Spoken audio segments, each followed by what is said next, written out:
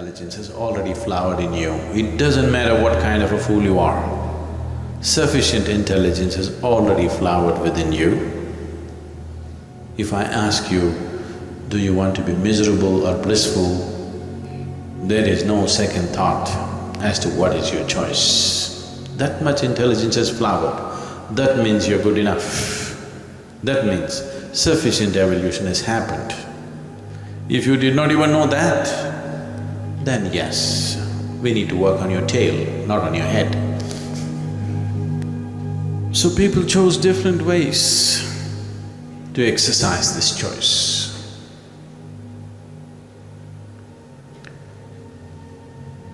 The different means that were used are just this.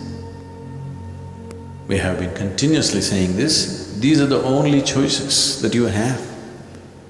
You can do it either out of your action, when your action is no more about you, simply doing something. One can know bliss in that, or one can know this out of devotion. When your life itself is no more about you, you're completely absorbed into someone or something, then you can know this. Or your intellect has become absolute choice, your mind has become absolute choice. It takes instructions from you every moment of your life. You have disciplined your mind in such a way, it will not generate one thought that you don't want. Then you can become blissful. Or you transformed your very energies. You got your energy into the right kind of intensity where the amrita in the system, the ambrosia of life which is stored in certain parts of your body opened up, and your very body, your very energy, your every cell in your body became sweet. That's all you have. Karma, kriya, gnana, bhakti. These are the only four ways. Do it some way, whichever way. It's best that we employ all the four of them, just in case. If your love fails, let your kriya work. If your kriya fails, let your karma work. If your karma fails, let your gnana work. Let something happen.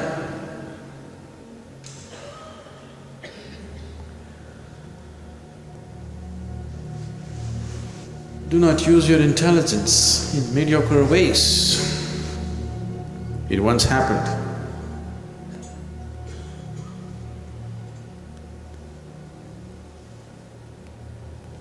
A few young boys caught a butterfly, a centipede, a beetle, and a grasshopper. They took the wings of the butterfly and put it on the centipede, cut his legs off and put the grasshopper's legs, and cut the beetle's head and put it in the front, and created a strange creature. And took it to a naturalist who was in the neighborhood with very innocent faces, just like you do. Some of you do this when you come and sit in front of me. With very innocent faces, they went and presented this to the naturalist and said, "We found this strange insect, please tell us what this is." The naturalist examined it very carefully and said, "Oh, you just got a humbug.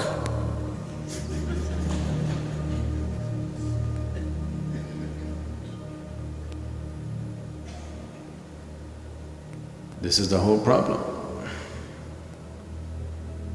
This is the whole problem,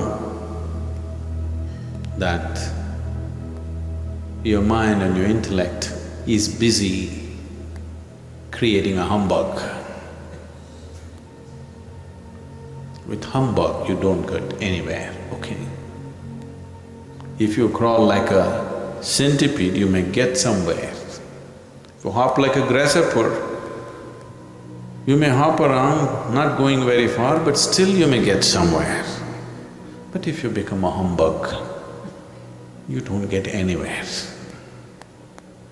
That's the first and foremost thing that you have to get rid of. Why there has been such a significant stress on love is just because of this, because you can get rid of the humbug, that strange creature within you which doesn't fit into any definition, which keeps changing,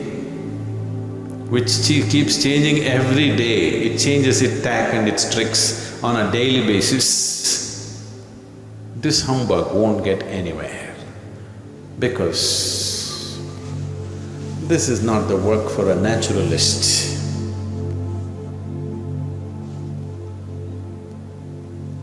This is not natural, you know. The humbug that you create within yourself is not natural. It is your nature that you can choose. And if you choose, choice means conscious. If you consciously choose, bliss will be your natural way of being. It is not something that's hanging up in the sky.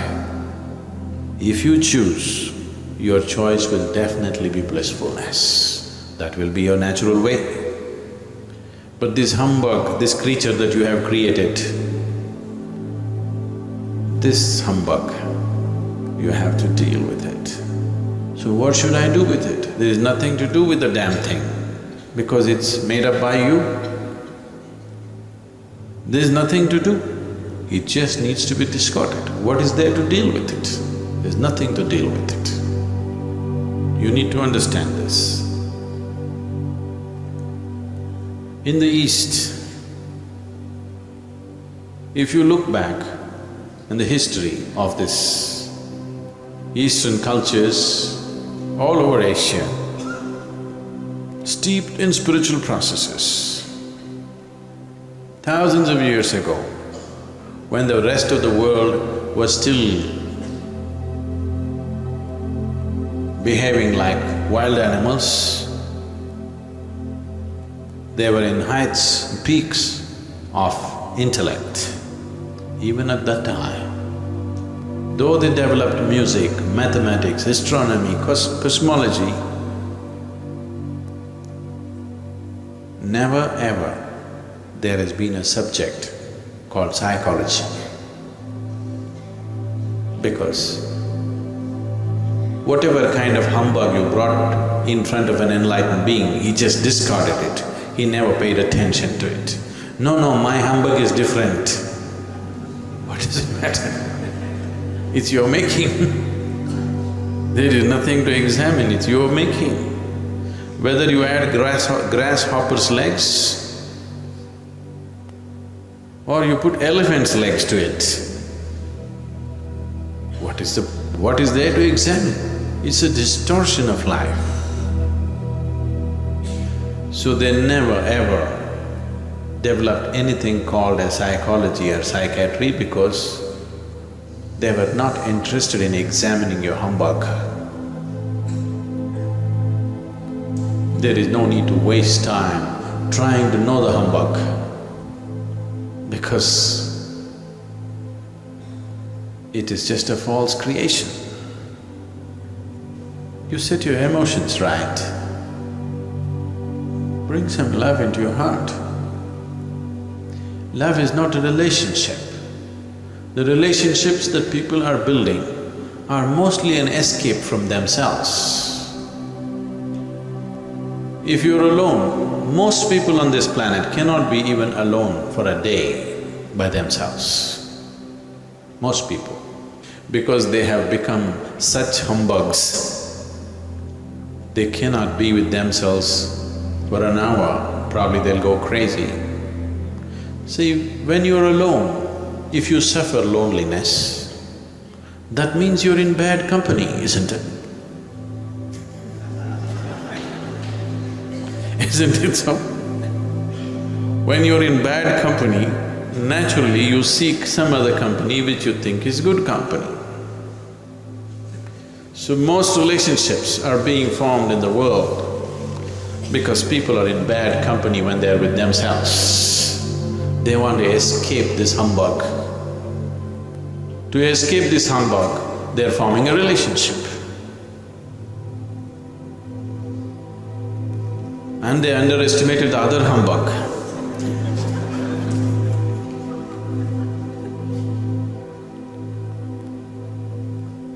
Generally, most people underestimate the other humbug. This is not happening because you made this being so blissful. Now, you want to share this. If this being has become blissful, relationships will not happen as an escape, as a relief from yourself. A relationship is not a relief from your own humbug. A relationship is an opportunity to share your blissfulness, that is, if you've gotten there. Otherwise, it is better you're put in a solitary cell. If you don't know how to be silent, at least suffer the solitary. Because at least you will not humbug the rest of the world. Isn't it a safety measure the world should take? Isn't it the norm in every society?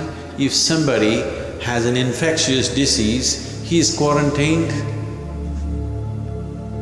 Is that not a normal thing in any civilized society? No? Isn't it so? Because what is not good for you is definitely not good for anybody. If you are suffering the nonsense of who you are, if you are suffering the humbug that you have created within yourself, at least don't give the bug to others. So that's what love means, that you don't give your humbug to others, you give your sweetness to others. That is why so much insistence on love, that when you meet somebody, whatever humbug you are, the sweetest part of you, only that should touch the other person, the best part of you. You are a humbug, you deal with it because it's your creation. You have no business to present your humbug to anybody else on this planet. That's what love means. Love by itself doesn't mean anything. But it is a wonderful, wonderful stepping stone to become blissful. So if you cannot manage your intellect the way you want it, this you can do. For this you just need a little discipline, that there are certain things that you don't do no matter what. You have to establish this.